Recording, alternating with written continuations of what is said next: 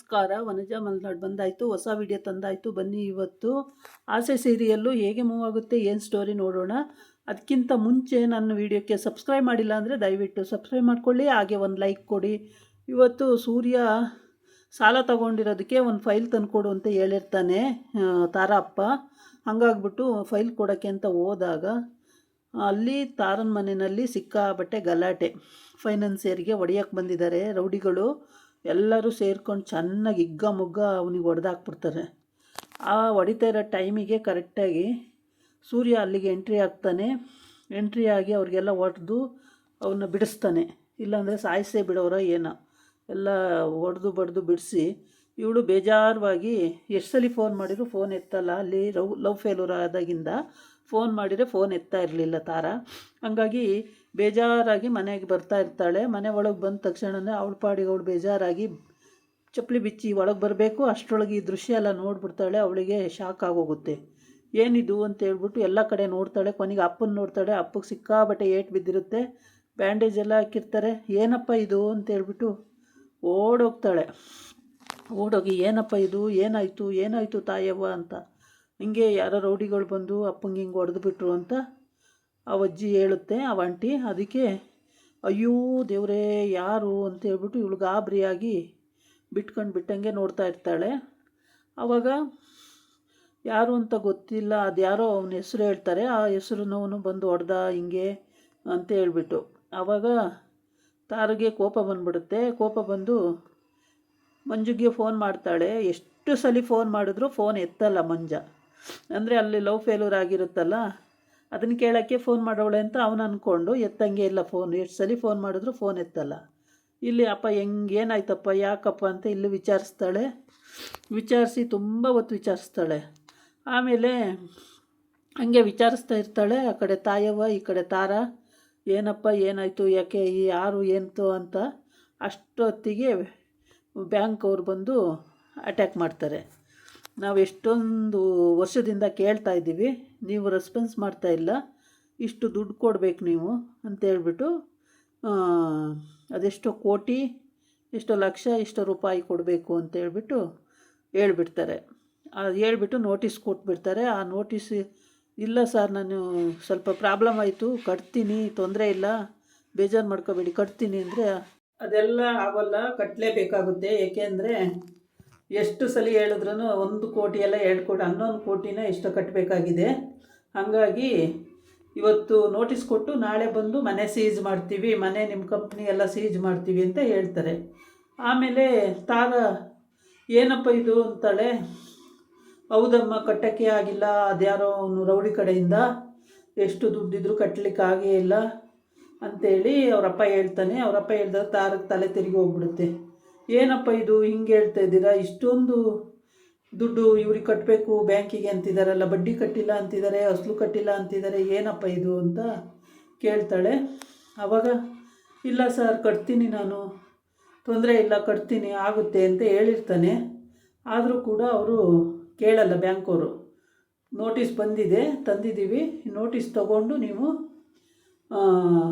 ನಾಳೆ ಎಲ್ಲ ನಮಗೆ ಹ್ಯಾಂಡ್ ಓವರ್ ಮಾಡಬೇಕಾಗುತ್ತೆ ಅಂತ ಹೇಳ್ತಾರೆ.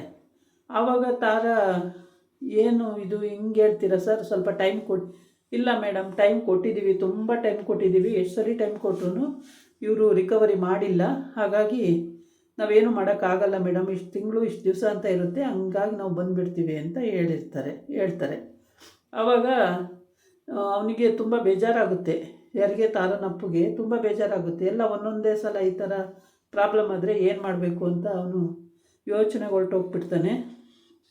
ಅಷ್ಟು ದುಡ್ಡು ರಿಕವರಿ ಮಾಡೋವಷ್ಟು ದುಡ್ಡು ಅವನ ಹತ್ರ 11 ಕೋಟಿವರೆಗೂ ಇರೋಲ್ಲ. ಹಾಗಾಗಿ ಏನು ಮಾಡಬೇಕು ಅಂತ ಗೊತ್ತಾಗಲ್ಲ. ಪಾಪ ತಲೆ ಕೆಟ್ಟೋಗುತ್ತೆ. ಆಮೇಲೆ ಅವರು ಬ್ಯಾಂಕವರು ನೋಟಿಸನ್ನು ಕೊಡ್ತಾರೆ. ತಗೊಳ್ಳಿ ಸರ್ ನೋಟಿಸು, ನಾಳೆ ಬಂದು ರಿಕವರಿ ಮಾಡ್ಕೊಳ್ತೀವಿ ಅಂತೇಳಿ. ಆ ನೋಟಿಸ್ ಕೊಟ್ಟಾಗ ಇಲ್ಲ ಸರ್ ಸ್ವಲ್ಪ ಟೈಮ್ ಕೊಡಿ ಅಂತ ಕೇಳ್ತಾನೆ. ಸ್ವಲ್ಪ ಟೈಮ್ ಕೊಡಿ ಸರ್, ನಾವು ಕಟ್ತೀನಿ, ಕಟ್ಟಲ್ಲ ಅಂತ ಸ್ವಲ್ಪ ಟೈಮ್ ಕೊಡಿ ಅಂತ.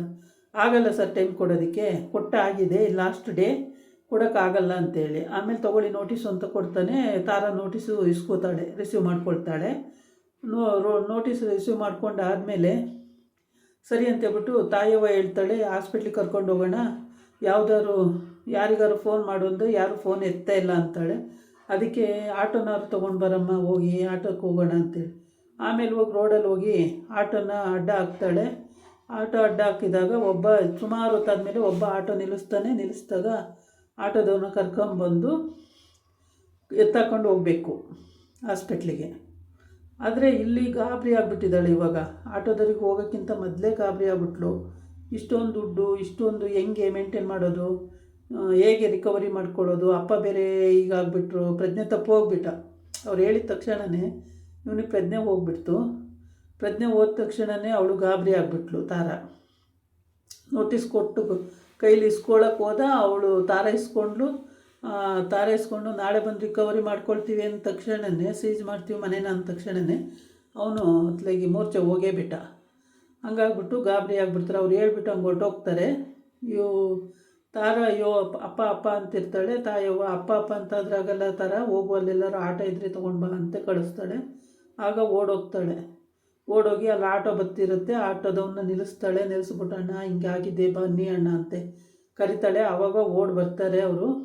ಬಂದು ಅವನ್ನ ಎತ್ತಾಕೊಂಡು ಹಾಸ್ಪಿಟ್ಲಿಗೆ ಸೇರಿಸ್ತಾರೆ. ಆದರೆ ಇಲ್ಲೇನಾಗುತ್ತೆ ಅಂದರೆ ಸೂರ್ಯಂಗೆ ತಾರನ ಹತ್ರ ನಂಬರ್ ಇಲ್ಲ. ಸೂರ್ಯನ ನಂಬರ್ ಇದ್ದುಬಿಟ್ಟಿದ್ರೆ ತಾರ ಇಮಿಡಿಯೇಟಾಗಿ ಸೂರ್ಯಂಗೆ ಫೋನ್ ಮಾಡಿಬಿಡೋಳು.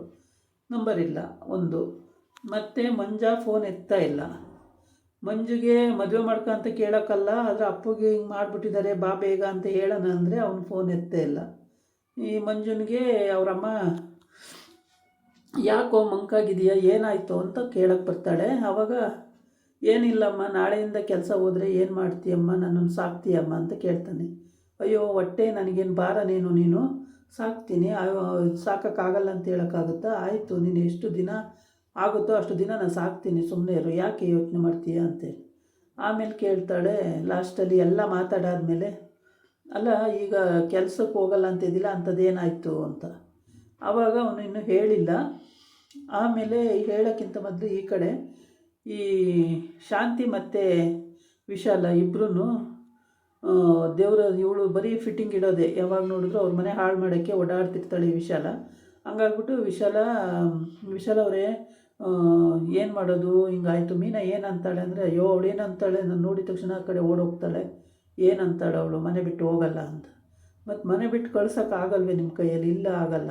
ಸರಿ ಬನ್ನಿ, ಇಲ್ಲೊಬ್ಬರು ಪುರೋಹಿತರಿದ್ದಾರೆ ಕೇಳೋಣ ಅಂತೇಳಿ ಅಲ್ಲಿಗೆ ಹೋಗ್ತಾರೆ. ಅಲ್ಲಿಗೆ ಹೋದಾಗ ಅಲ್ಲೂ ಸೆಟಪ್ ಮಾಡಿರ್ತಾಳೆ. ಪಕ್ಕ ಏನು ಹೇಳಿರ್ತಾಳೋ ಅದನ್ನು ಹೇಳ್ಬಿಡ್ತಾನೆ ಅವನು. ಹೇಳಿದ ತಕ್ಷಣವೇ ಇವಳು ಅಲ್ಲಿಂದ ಜಾಗ ಖಾಲಿ ಮಾಡ್ತೀವಿ. ಏನು ಇದ್ದಕ್ಕಿದ್ದಂಗೆ ಹಿಂಗೆ ಹೇಳ್ತಾರಲ್ಲ, ಒಳ್ಳೆ ತಲೆ ಮೇಲೆ ಹೊಡೆದಂಗೆ ಹೇಳ್ತಾರಲ್ಲ ವಿಶಾಲ ಅಂತ. ಸಲೀಸ್ ಆಚೆ ಬಂದುಬಿಡ್ತಾಳೆ. ಆಗ ಟೀಚರ್ ಅಂತ ಅವಳು ಕೂತ್ಕೊಂಡು ಆಚೆ ಬರ್ತಾಳೆ. ಆಚೆ ಬಂದು, ಅಯ್ಯೋ ಏನು ಟೀಚರ್ ಹಿಂಗೆ ಬಂದುಬಿಟ್ರಿ ನೀವು ಅಂತ.